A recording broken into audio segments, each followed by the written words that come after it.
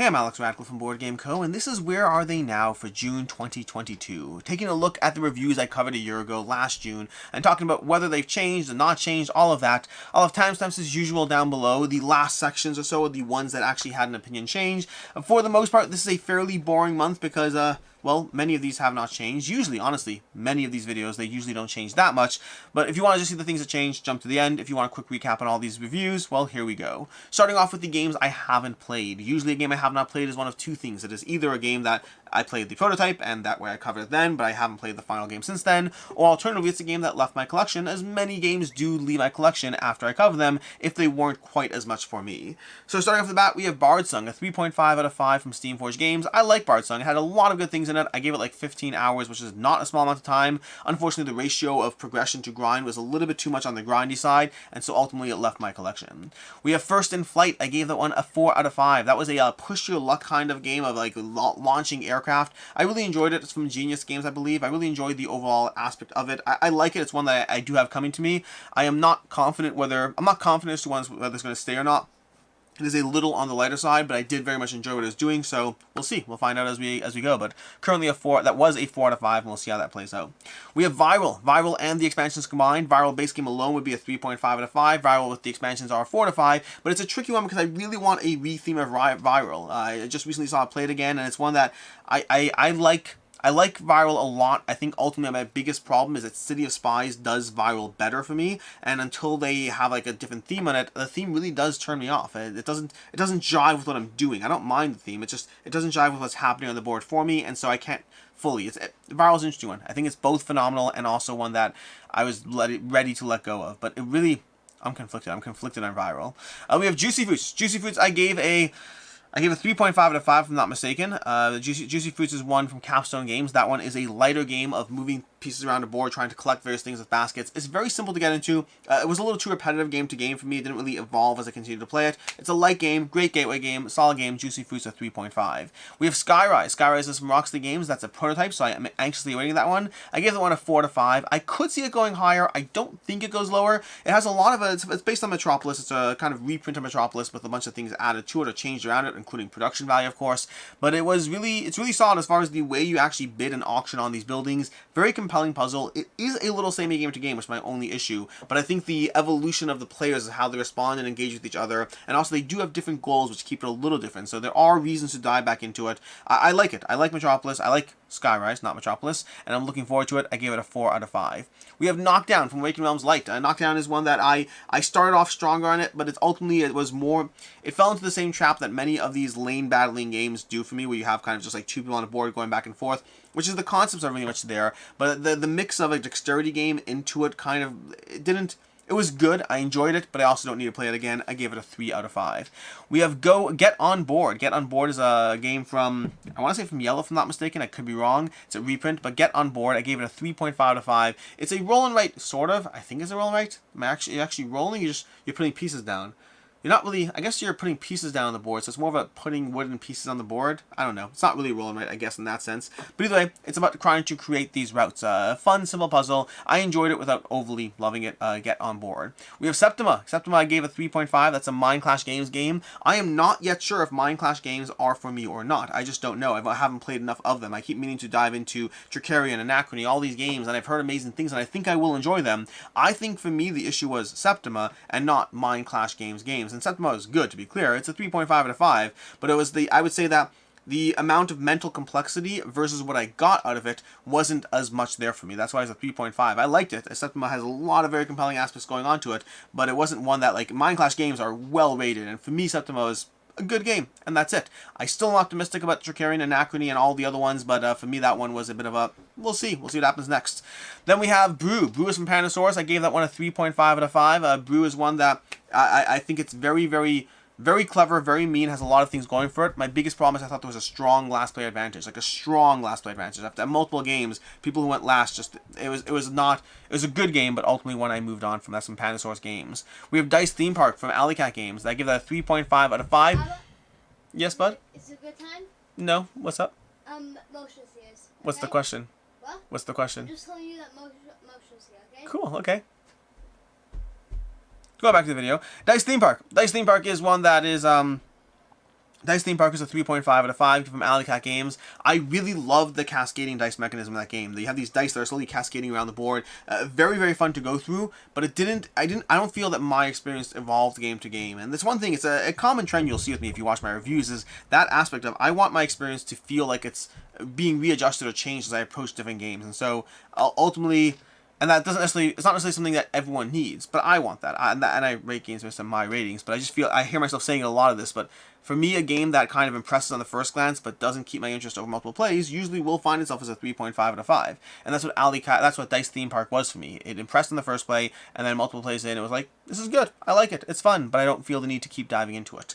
Then from there, and I think part of that is, it's kind of like rewatching a movie. Like, there are many movies I'll watch. There are so many movies I'll watch. But then there's only so many movies that I want to rewatch. Was it good enough to hold my attention through a second viewing? And I find games have that problem as well. So many games are, I don't know why I'm getting into a tangent mid this, but whatever. But so many games I find are interesting enough to hold your attention at first. But when I dive into it again, when I re-examine it, is what the game is doing interesting enough that I'm continuously compelled by the game? Or is it like, hey, I'm glad I learned this, I'm glad I played this, and now let's move to the next one. That's the conversation.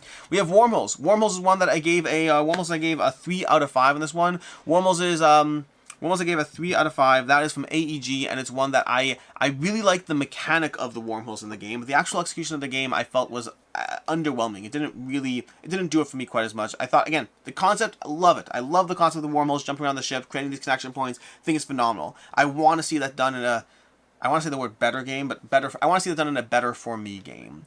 And then we have Spaceship Tactics. I give that another 3 out of 5. Spaceship Tactics, it was a skirmish game that was very much about the toy factor of the game. And I love the toy factor of the game. I think those ships were incredible and I enjoyed having fun with my kids with them. But the actual gameplay of it, I thought it was a good game that had too large ships. The ships were a little too large for the table. I'm not likely to dive into it as a skirmish game. I think the skirmish game is totally fine, but it didn't impress and it had larger ships. The main gimmick would be the aspect of the modular parts and constructing your own ship, which is cool, but credit to I was clear in my first impressions or whatever, it was a first impression. I didn't fully dive into the system, and I didn't see what it had to offer fully, but from what I did see, it was a 3 out of 5.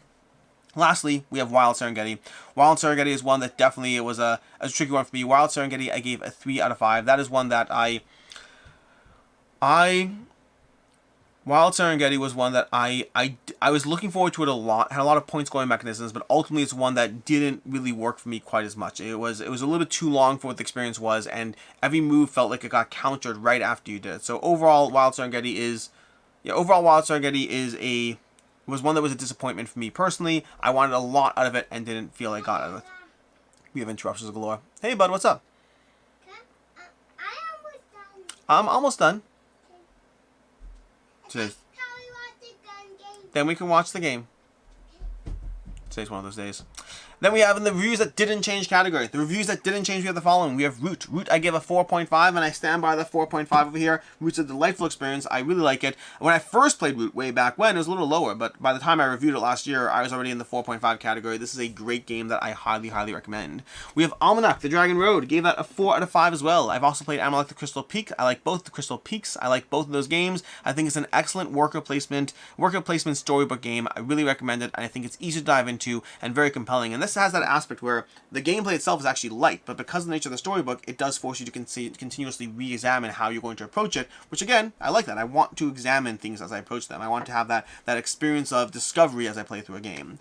Then we have Xayah, Legends of a Drift System. This is Empress of Forsaken Star, because Xayah's like up there. Xayah's a great game. I don't play it that often, I don't pull it out that often, but when I do, it is such a ridiculously good space-based sandbox experience. I think it's phenomenal. I really, really, really want to give the solo mode a shot.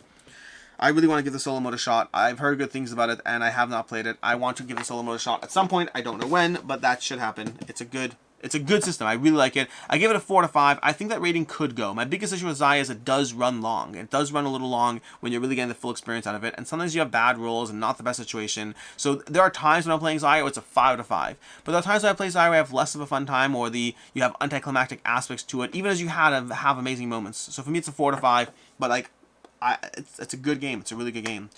Then, from there, for the reviews that have changed, we have the following. We have Oltree. Oltree, it went from a 3.5 to being gone. That's what it was. It's a good game. It's a really good game, but I finished playing through the various scenarios, and I was like, you know what? It's good enough, and I don't need to replay them. I like Oltree. There's a part of me that's sad because I wanted to try the expansion stuff whenever it came out. It may have come out for all I know. I don't know. But I really like Oltree. I think it's a very good cooperative system.